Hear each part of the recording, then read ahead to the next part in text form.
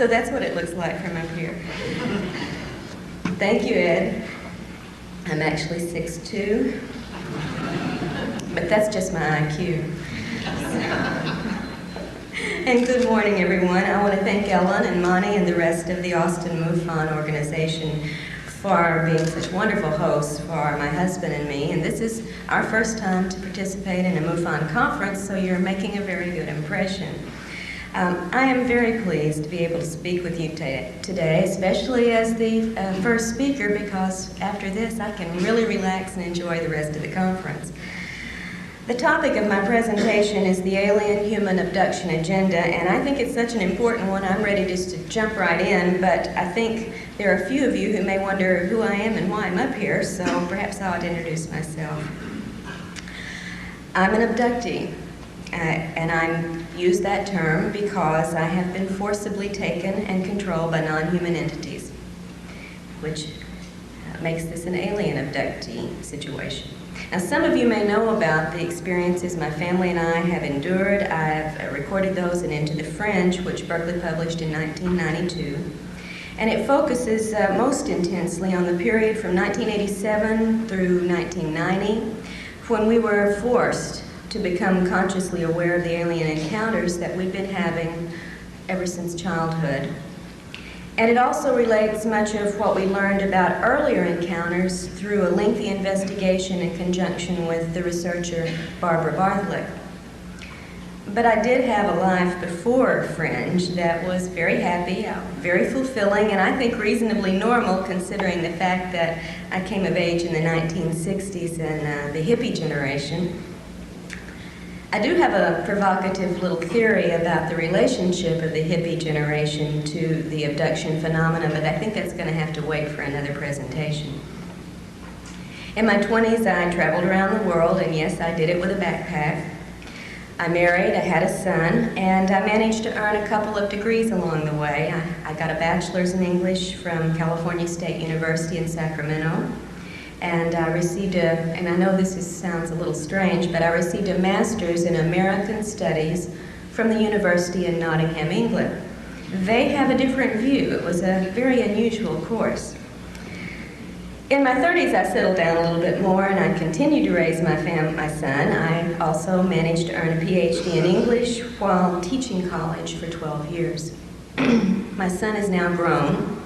He holds a master's in physics. He's married and raising his first child, so there is sweet revenge in this world. My husband and I was divorced and remarried in the late 1970s. My husband and I have moved in the last 3 years to rural Arkansas, where we live deep in the woods on a mountainside near the Arkansas River. And outside of ufology, which for me is anything but a hobby, I do have other interests and activities. I love visiting with my grandchild. I study the usefulness of the wild plants that grow on the mountainside where we live. I have a great deal of fun playing with my chihuahuas, and I enjoy the music and the concerts of Bruce Springsteen. So I do have some other interests here. Old hippies never give up their hobbies, you know.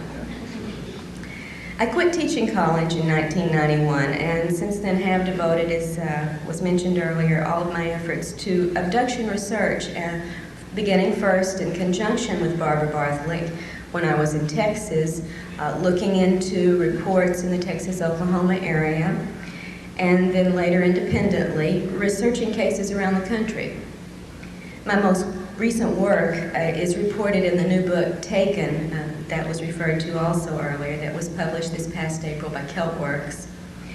And I hope we will, by the time I'm through talking, understand all of the connotations that I imply with the title, Taken. It is not just the abduction aspect that I'm talking about. As both an abductee and a researcher into other people's experiences, I feel that I have a somewhat expanded context or knowledge of this phenomenon. My own experiences have taught me many things about the nature of alien activity, but that insight has been greatly expanded by the context of so many other reports I've been able to study, and it has helped me to see well beyond the limits of the individual experience. If we judge the entire phenomenon only by our personal experiences, we're going to get a very distorted view. The context, the patterns, the unique elements as well as the similar elements are all very important for us to have a chance of a glimmer of understanding what may be behind this phenomenon. Yet even having been through these things, lived with people who've been through these things, and studied literally hundreds of personal and first-hand reports about these activities, I know very little about the alien agenda behind this activity. Stanton mentioned the need to hold ourselves to facts in this field. And I think that is extremely important. We should repeat that 10 times a day as we go through the work in this area. The problem, of course, with the abduction phenomena, as with a lot of ufology, is that the nature of the alien activity is designed deliberately to keep us from having much in the way of concrete evidence. Designed that way. It is not an accident. So it is difficult to feel confident of many facts. The dictionary defines facts as things and ideas which are demonstrably existent, objectively verified, and known to be certain.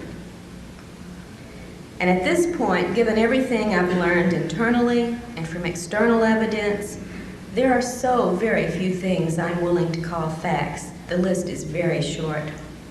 So today, instead of regaling or educating or entertaining you with abduction case reports and photos of the body markings and the drawings of the spacecraft and aliens, which I have done and could do, I would prefer to take this opportunity of perspective, which is, of course, the theme of this MUFON symposium, to share with you my list of facts, and then try to take you beyond the fringe of this phenomenon and into the heart of the abduction scenario. Now, I'm going to begin by discussing my list of facts before I go on to two other issues, propaganda and fantasy, because I think it's on the basis of the facts that I have been able to discern what I can about the data in the other two categories. So this will be a very short list. I hope you'll follow along with me. Facts. Fact number 1. We do not know with any certainty exactly what these entities may be. Extraterrestrial, interdimensional, terrestrial in origin, some combination of all of the above, something we have yet to even dream of. I'm going to use the term alien merely for convenience, and I am not implying that I believe they are from another planet. Now, certainly they may well be. We just don't know, and that's a fact. The aliens themselves have identified a number of different origins to various abductees and contactees throughout the years, but of course we humans have absolutely no way to check out any of the statements that they've made. Therefore, we cannot know these things, as the dictionary says about facts, to be certain, to be objectively verifiable. Fact number 2, and I'm stating this with all of the tact and diplomacy and self-control that I can, and those of you who know me know I have very little. At least some of the aliens are liars. Through the past decades, the aliens have made, and you all know this if you're familiar with your ufology history, have made various predictions and promises and given a number of very specific warnings about impending events. And we have these documented at least since the early 1950s. And you and I all know, when we look at the record of what's happened since then, that very few of these things, and none of great consequence, have come to pass. This is not a reliable source. I would like to illustrate, just from personal experience, one such scenario that should make us question the things we are told by these creatures. In Into the Fringe, I recount the story of a young man that I had known since he was 11 years old. He and my son grew up together. His family and I were close friends, and I have a great deal of confidence in who this person is and his personal integrity.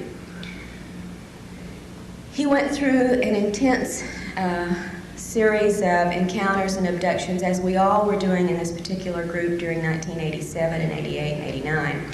And one of the entities with whom he had repeated, almost regular contact was an entity who described itself as an interdimensional being, stating that its group was 10th dimensional and knew about the 11th, the way we know about the 4th dimension.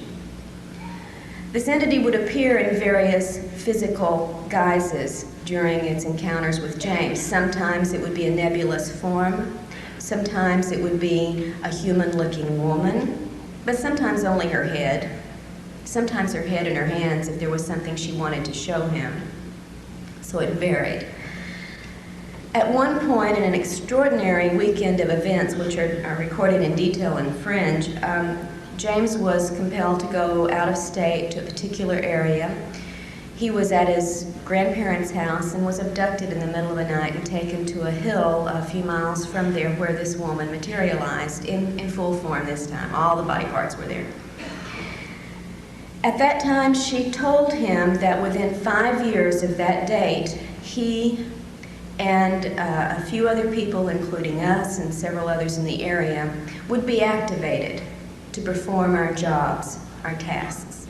That it didn't matter where we would be at that time, it didn't matter what we were doing or what we wanted, we would do our jobs. The woman told him he would know this was true because she was going to give him a series of predictions of events that would come to pass from this date through the 5-year period. And she began by telling him about a situation that was occurring right that moment several states away with people he knew, so he could check this out to see if it was true.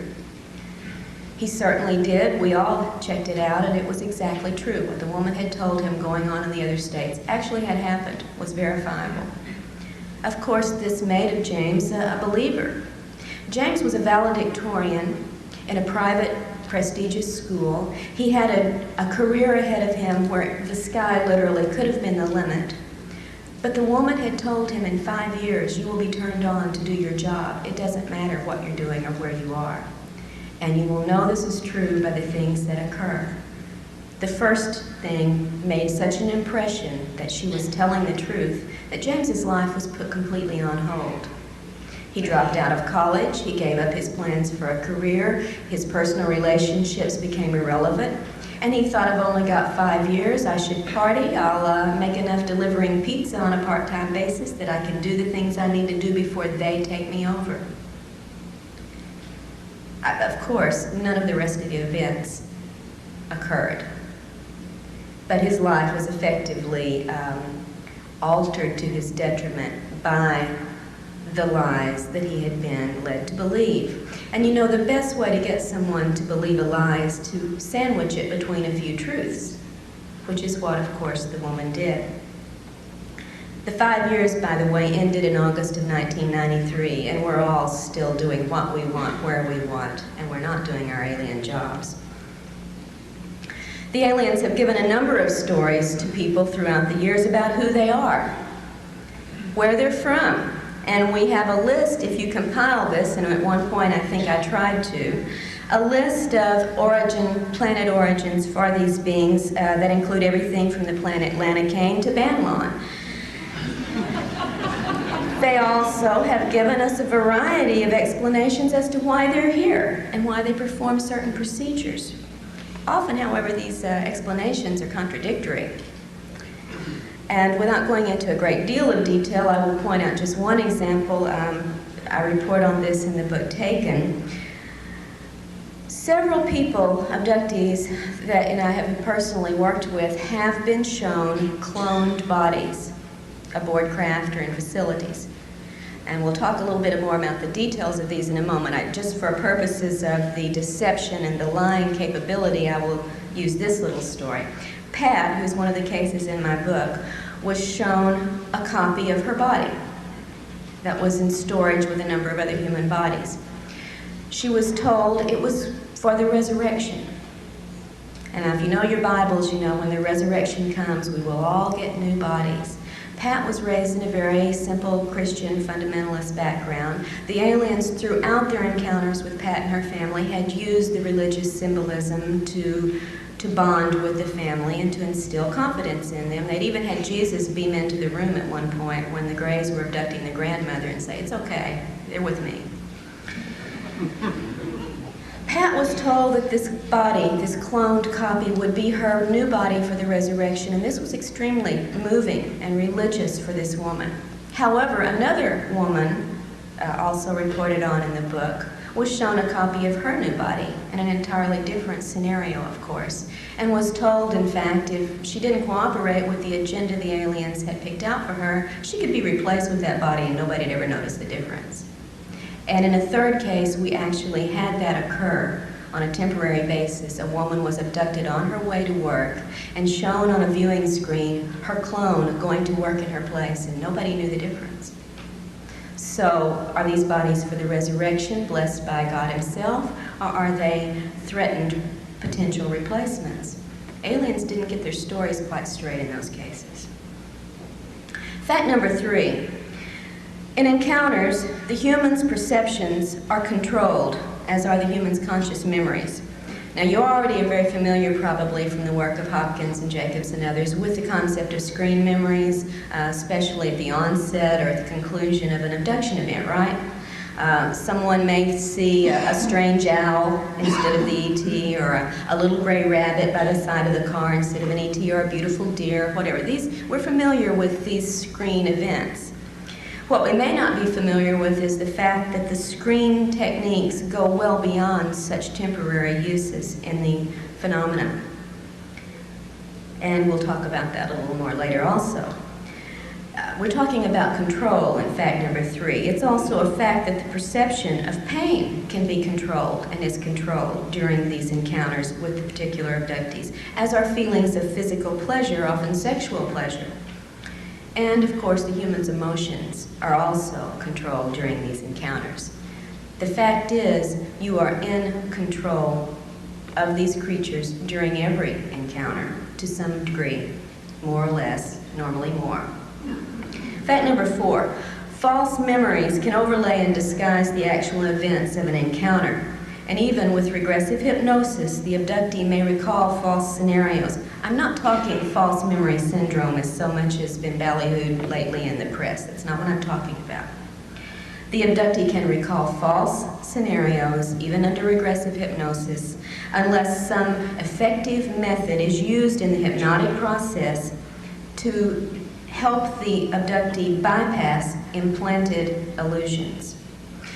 Some of you have heard me talk before. Remember an illustration of this concerning a woman named Joy, who in the 1970s had an encounter, a missing time and relocation episode in California.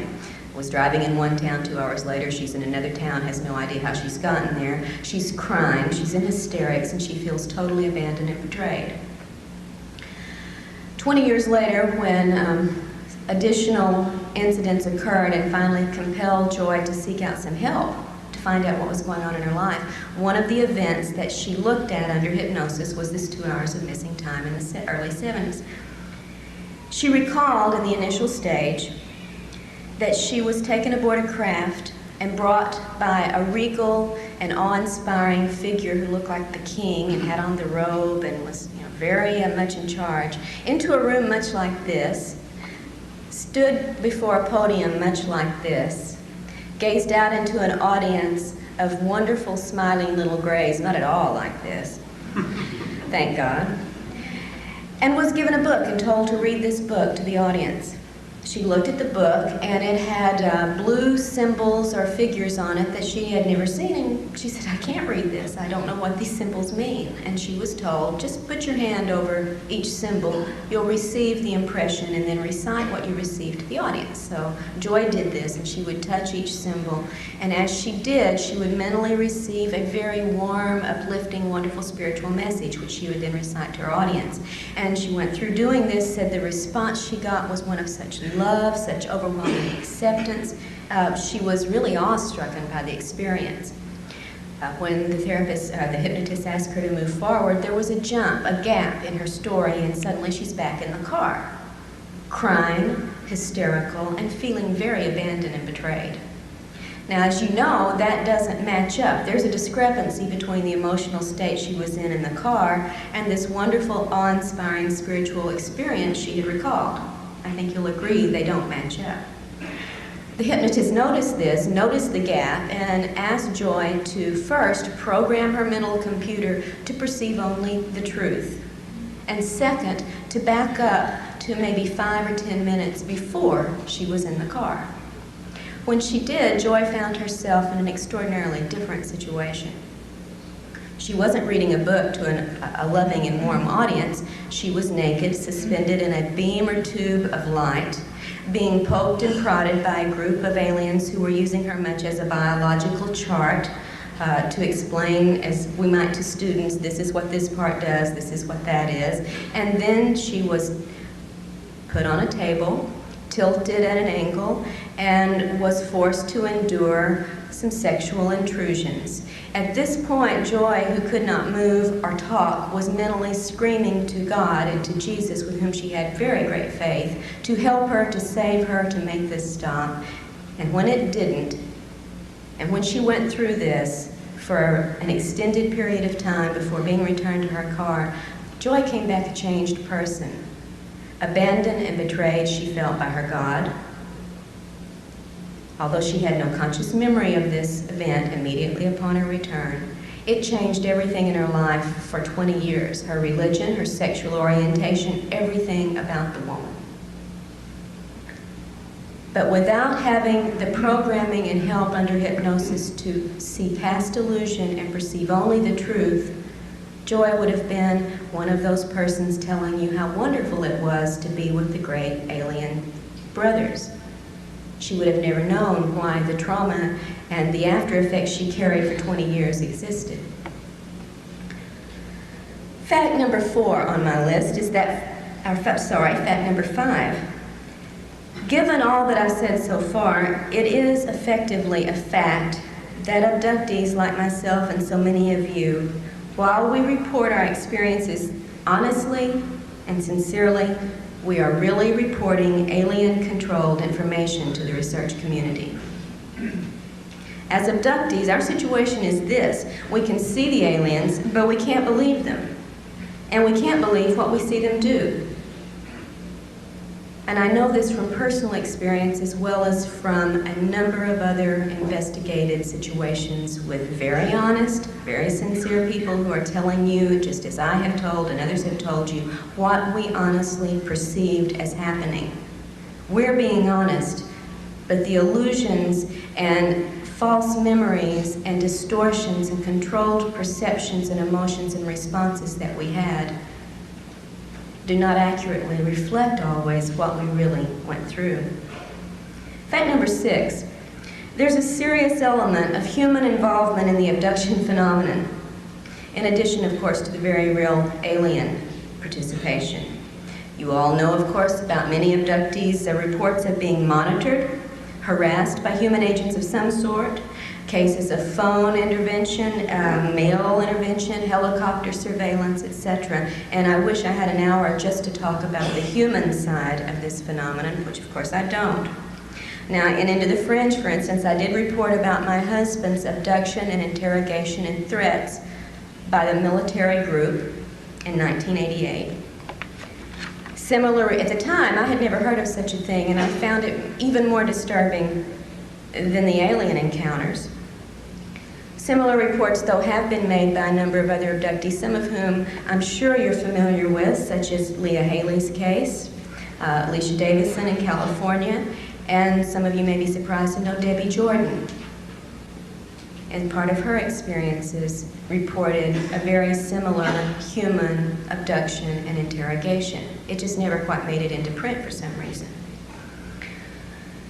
In Taken, there are 4 more accounts of women whose lives have been intruded upon by what seems to be military human forces. And although I'm not at liberty, as so many of us aren't in this field where confidentiality is everything, to present to you the hard evidence that we have been able to gather in some of these cases, I am convinced by the evidence that we do have in a number of these cases, it's not an alien illusion of military. We've got names, dates, places, bases. It's real.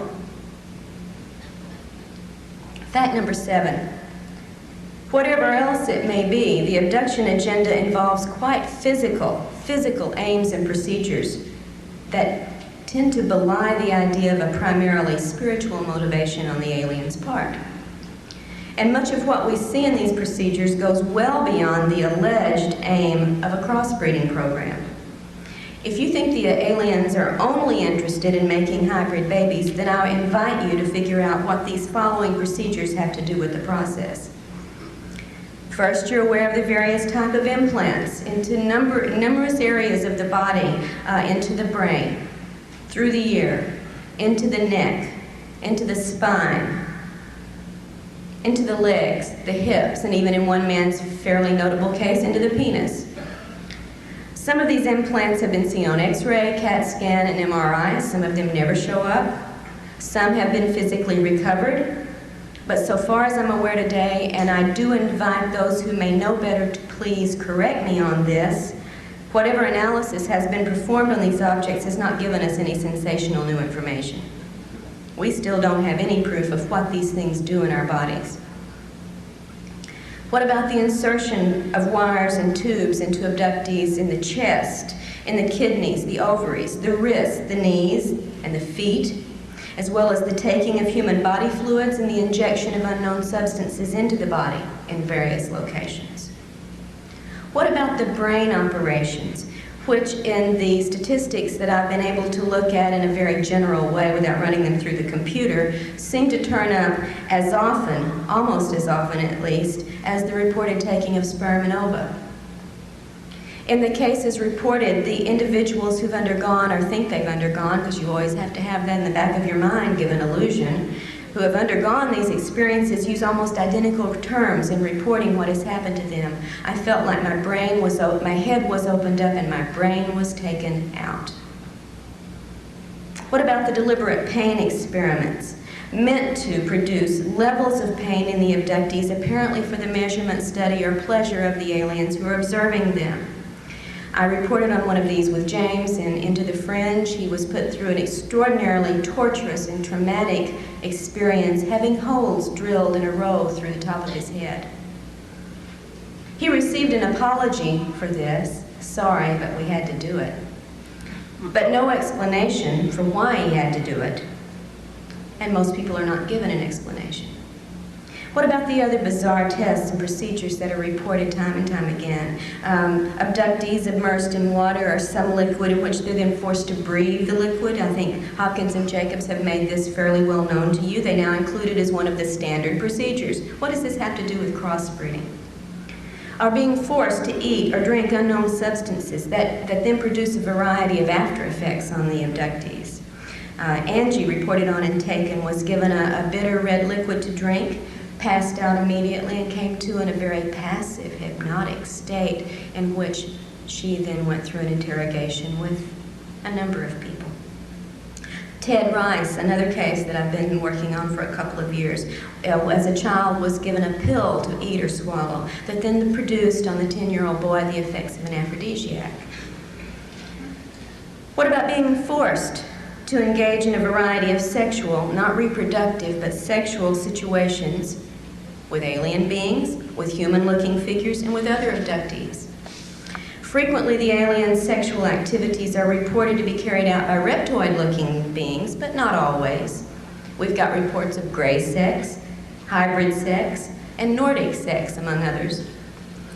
And as just as in one of Hopkins' recently reported scenarios, I think it was on television last year on sightings, I described and taken how Lisa, one of the abductees reported on here, was forced to have sex with another abductee in one of her encounters. It was an extremely poignant situation after the fact.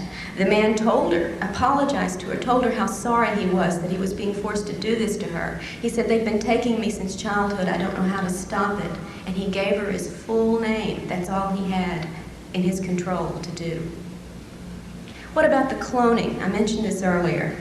And I'm not talking about just the potential and I think very evidentially supported idea that the little gray workers you're also familiar with, like the little guy down here on the floor, are cloned produced, manufactured like, we do Fords, Chevys. Not just this kind of cloning of the same sort of creatures to go out and do the work, but also the cloning of human bodies, which, as I said, have been shown to abductees. Sometimes they match and are identical to the human in the situation. Sometimes they're just a bunch of identical bodies, inert adult bodies. In one case, a man was taken to a facility in which he saw a room in which there were about 40 inert human bodies, 20 male, 20 female. The males were all identical to each other. The females were identical to each other, and they were beautiful, blonde, healthy specimens. What do these things have to do, is what I've asked you to think about, with the crossbreeding agenda? Fact number 8. All of the things that I've described to you so far are part of the aliens' physical aims and procedures. But that isn't all there is to their motivations. The agenda also involves the long-term psychological programming of the abductee. It targets, among other concepts, our social and personal relationships, our sexuality, our political ideas, and our religious and spiritual concerns. For instance, many of us, through our experiences, and I think I could get a show of hands on this, are made to be highly suspicious of our government, now perhaps with good reason. And in general, we become less trusting and intimate with people outside of this field, and very paranoid often of people within this field. As one of the women in the book, Jane, in Taken, has said, the aliens had fostered in her mind a mistrust of the government. Certainly it has changed most abductees' spiritual concerns and social agenda. With Pat, also reported on in Taken, the aliens, as I mentioned earlier, used a religious approach in their contacts with her, telling her very early on that they were angels, but, as they said, not as you've been taught. And they even had Jesus, as I said, appear in her bedroom to give us okay for a subsequent multiple family abduction event that occurred that night. Pat told me about this as her brother and sister, who also remembered the event, and said that Jesus had blonde hair and blue eyes and was very beautiful and wonderful. Now, I pointed out that this is physically inconsistent with the historical Jesus that we know about from the Bible. He certainly probably didn't have blonde hair and blue eyes, and Pat could only say, well, this one did. On socio-political terms, abductees often find themselves obsessively interested in ecology, animal rights, globalism, but I've yet to see the really hard evidence, other than the ecological side of this, that this is a result of alien programming or a response, a human response to our own experiences, which tend, when one goes through trauma, to make one much more empathetic to others going through trauma. On more personal terms, abductees often go through specifically sexual obsessions, dysfunction, and compulsions. Now, because of the personal nature of sexual situations, I'm sure that so many of these reports I wish we had available to us are not well known in the abduction data body, such as other things like sperm gathering, ova gathering, fetal extractions, baby presentations, and so on. Now, I know those two are very intimate and very personal scenarios, but it seems that we humans are even more sensitive about our sexuality. And if you've ever known someone who's had a sexual assault, no matter how traumatic, unwelcome, intrusive, and criminal the event may have been, the person tends to carry, without a lot of help to get over it, a sense of shame and responsibility. This is also true for abductees.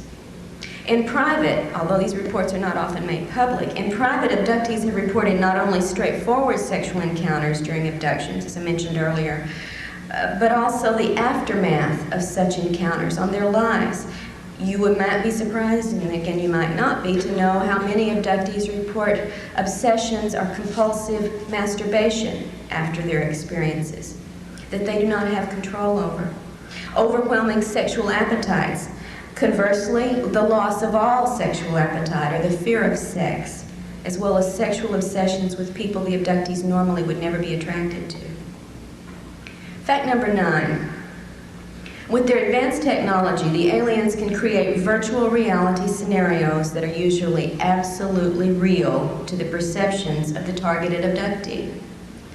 Now, such capabilities have often been theorized and hypothesized and discussed in this field, but for me, they were confirmed in an extraordinary case, multiple case, that I have helped research for the last couple of years, involving an abductee named Ted Rice. This is the one story I do intend to tell in detail before going on.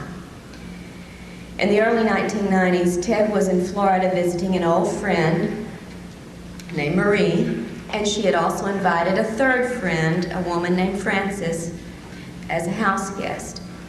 Ted was in one room. Marie and Frances went to bed in twin beds in the other room. Shortly after going to bed, Ted heard his hostess, Marie, screaming, "Ted, come here quick." And he hopped up out of bed, ran down the hallway, and as he approached the other bedroom, he could see a blue glow coming through the open bedroom doorway. When he walked inside, he saw a very strange situation.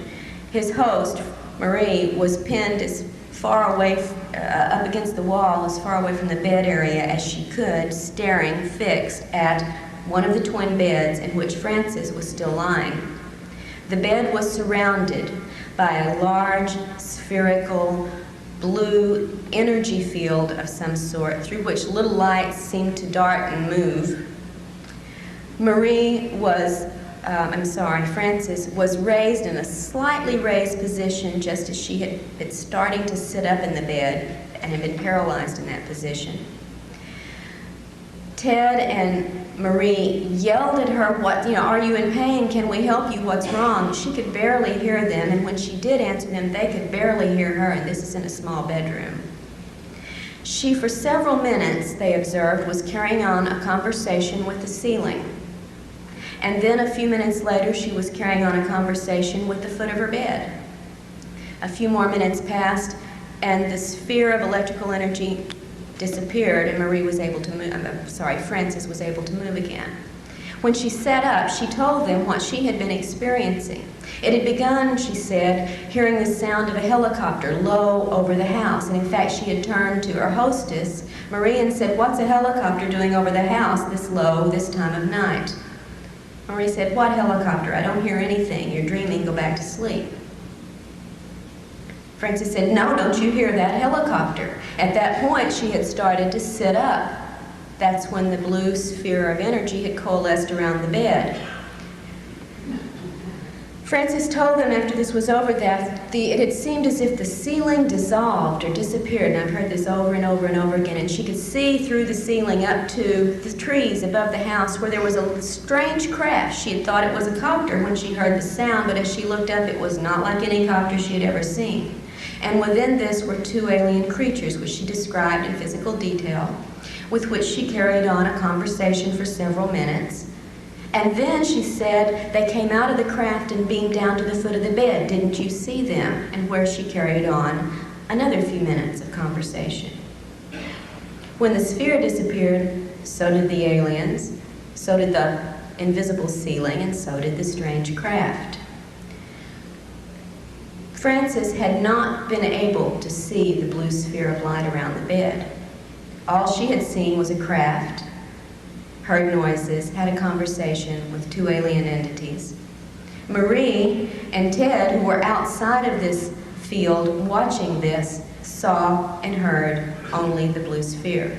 If they had not been in the room to observe this, Frances would have believed with all sincerity that she had had exactly the encounter she thought she had, but she didn't. Fact number 10, and this is the last on my short list of facts. It is a fact that the aliens show a mysterious interest in the human soul. And I say mysterious because of the kinds of things they do and say concerning it. Now, this part of the phenomenon is so rarely discussed in public that I don't think we really have a good pool of data to proceed on a serious discussion, but I'd like to bring it up because it is a fact that the interest is there and mysterious, and we should be concerned about it. There are a number of intriguing reports that we could start with. For instance, a young girl who the aliens asked if they could borrow her soul. Two different abductees, totally different, totally isolated from each other. It happened to both come from the St. Louis area, both shown at the age of 5, a gigantic metallic spherical object somewhere in space, and we're told in essence it was the Soul Recycling Center. Reports of abductees who recall apparent past lives in which they've inhabited alien bodies with their souls. And even in one case, a man who watched as his young body was killed and his soul energy released, captured in a container, and taken to a new replacement body where it was reintroduced into the body through the technology of the little black box you might have heard about in some of these cases. For me, that's the end of my list of facts. So I'd like to move on to the other two categories, beginning with propaganda. Propaganda is defined as any association, system, or concerted movement for the propagation of a particular doctrine or belief. With me on that. What I've learned from my own experiences and the research into this field with others shows me that the aliens are clearly practicing such programming. And they are propagating a number of beliefs within abductees and through their reports to the UFO community specifically, and then to the population in general. They shape our beliefs in part, at least our beliefs about them in part, by the physical appearances they appear to us, for one thing. And through the virtual reality capabilities that I just described to you, they can and do give us any illusion they choose during abduction scenarios. One young man, a young boy abducted with his grandmother in a situation I don't need to go into at this time, had brought into the room the grandfather. It just happened the grandfather had been dead for 6 years. Another case in which, many cases in which celebrities or well-known figures are used to, in a scenario, to persuade an abductee to participate in this or that other procedure. Jesus turns up very, very often, and he's always blue-eyed and blonde hair, and I'm sure that doesn't, maybe if we were in India we'd get Krishna, I'm not sure. Masking entities when the illusions have been seen through, and they often are. And one I think particularly important, although I've cited it before, I think it's worth repeating. I tell the entire account and Into the Fringe. A young man who was compelled to go out of his house in the middle of the night. As we, under control, you go where you're supposed to go, and there is some evidence we get up and take ourselves out to be abducted, whether we know it or not. Compelled to go outside for an encounter, and there, waiting for him, was a Nordic, a beautiful blonde woman. Probably the spitting image of Semyazi, who was waiting with open arms and a loving look, a little bit attractive, alluring look, in fact, for him to come into her arms. And he reached out, she reached out for him and drew him towards her, and being under control, as we always are, he went for it. Expecting to get an embrace and a kiss, as the arms wrapped around him, the image of Semyazi disappeared. And what was holding him was not blonde, beautiful, or human. And what he got was not a kiss, but being thrown to the ground, pinned down, with claw marks the next day around his neck where this had been held down, while a 2-foot rod of some sort was rammed down his mouth, down his throat, into his stomach, where the extraction of juices then took place, leaving him with the external claw marks, the scraped throat, and the taste of bile for quite a while afterwards. The aliens foster a belief, I think, in their beauty and their compassion with us through such means as showing us pretty people. I think they realize we're not as smart as we think we are, and that we often equate beauty with goodness, and you and I both know that's not always the case. They also foster a belief in the alien-human crossbreeding scenario through such repeated procedures as fetal implants and extraction, sperm and ova gathering, baby presentations, and so on. But I think, as Stanton warned us early on, we should remember that without external confirming evidence, we cannot accept this as proof. If we believe the aliens in our race can interbreed, however, it serves a lot of propaganda purposes. It makes us think we have some shared commonality, which makes us more receptive to their presence and activities. If we think we share offspring with them, this belief binds us to them even more so, just as royal marriages used to try to bind competing political parties when one wanted control over the other. The crossbreeding scenario also can lead us to see ourselves as subordinate to the aliens and dependent upon them when they tell us this is the only way your race is going to be able to survive. And they reinforce our dependence on them by warning us of the impending disasters from which only they can save us. I wish I had time to discuss what they may really be doing with the sperm and ova and fetal material they take from us, but I have yet to see confirmed proof that it has anything to do with hybridizing either their species or ours. Through the manipulation of what we think they're doing and what they tell us, they also propagate the belief that their intrusions are ultimately beneficial in purpose, in spite of the fact that so much of the specific abduction events are painful, traumatic, and debasing to the person involved. We have many well-known accounts, abduction accounts, or should I say contact accounts, in which a person has been given a very positive, spiritual experience, sometimes with physical healing or expanded intelligence, psychic abilities, and these abductees feel very compelled to go out and tell you about their situations and proclaim that the spiritual benevolence of the aliens is all there is to it.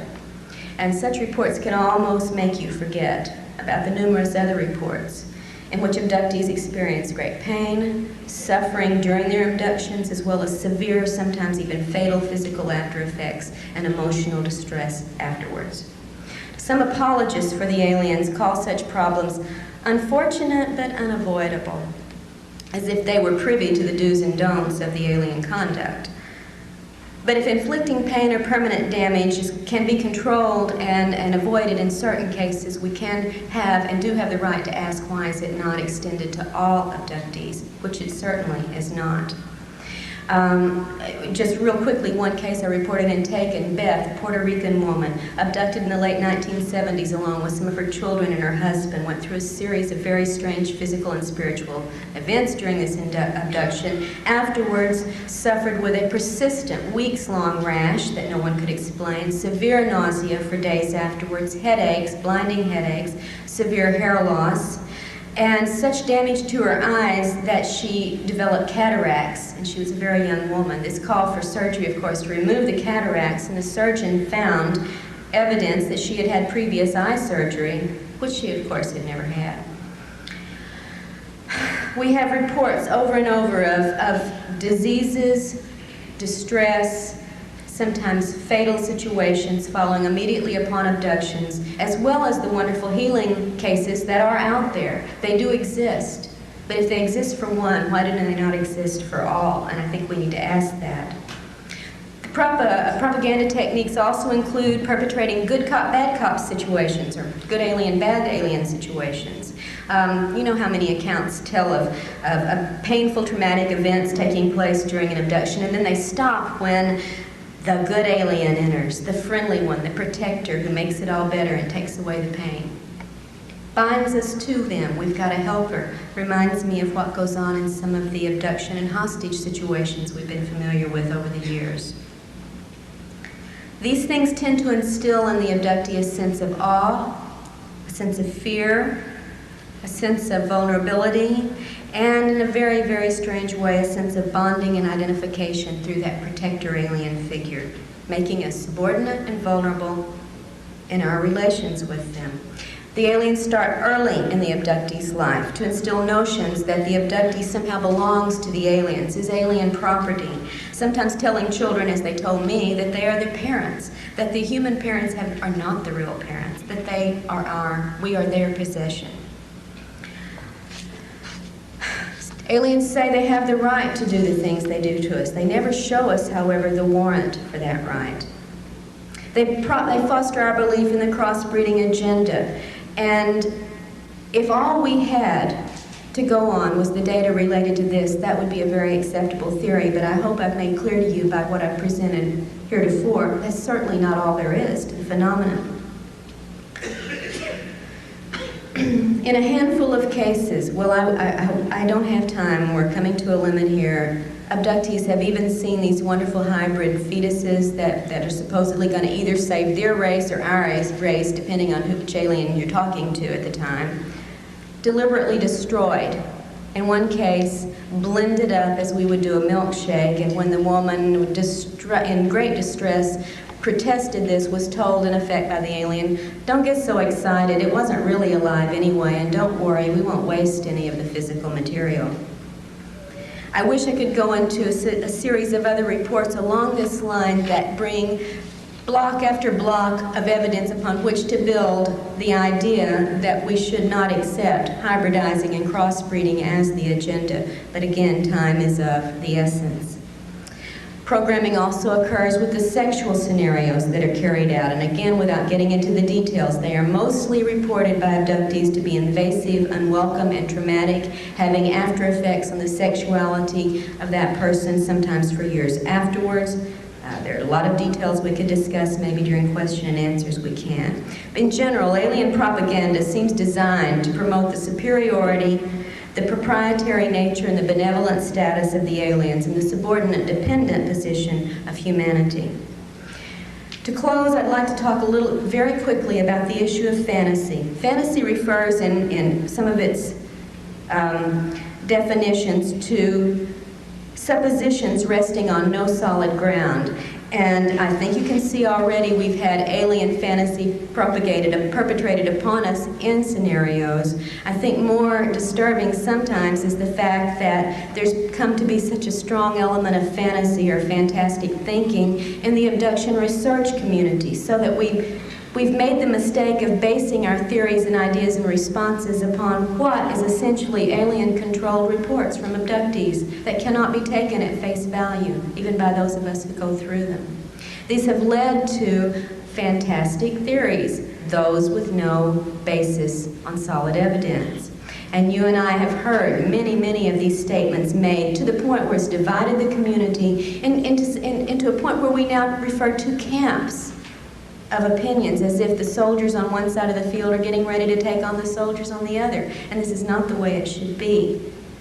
We base our theories on fantasy, and we're never going to find the truth.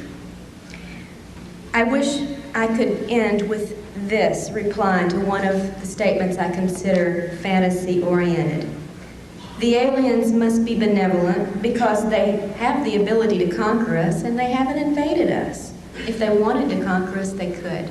Therefore, they must be our friends. And my reply first is, every time a person is abducted, there is an invasion. Also, please remember, there are many more sophisticated ways to invade than to use weapons of mass destruction. If they can control and manipulate the way we think, the things we see, and how we emotionally respond, they don't need those weapons. I have to bring this to a close, and I would like to say that we must, I think, get rid of the fantasy element in our thinking in this field. We have our own human needs and desires that also help shape our thinking, not just the alien control data that abductees report. We do not want this to be a bad situation, therefore we don't let ourselves think it could be. We do not want to think our government is involved in any way in this because it's too frightening. The implications are far too frightening, so we ignore them or deny them or rationalize them. We feel so helpless sometimes to affect any change in the abduction scenario that we forego focusing on the big questions and resign ourselves in effect to abductee therapy, which of course is necessary, but it's not abduction research.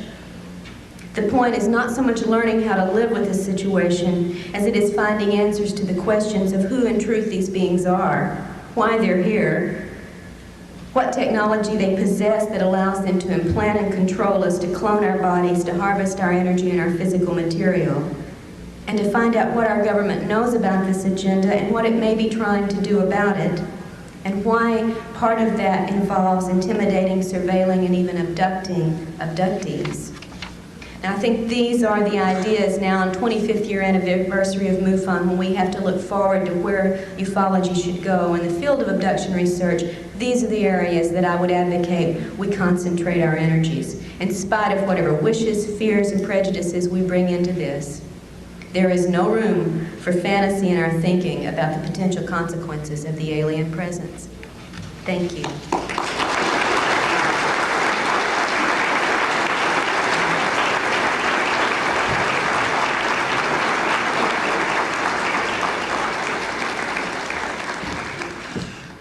Thank you, Dr. Turner. Ladies and gentlemen, I'd like to ask you to please remain seated. The next speaker is going to start in about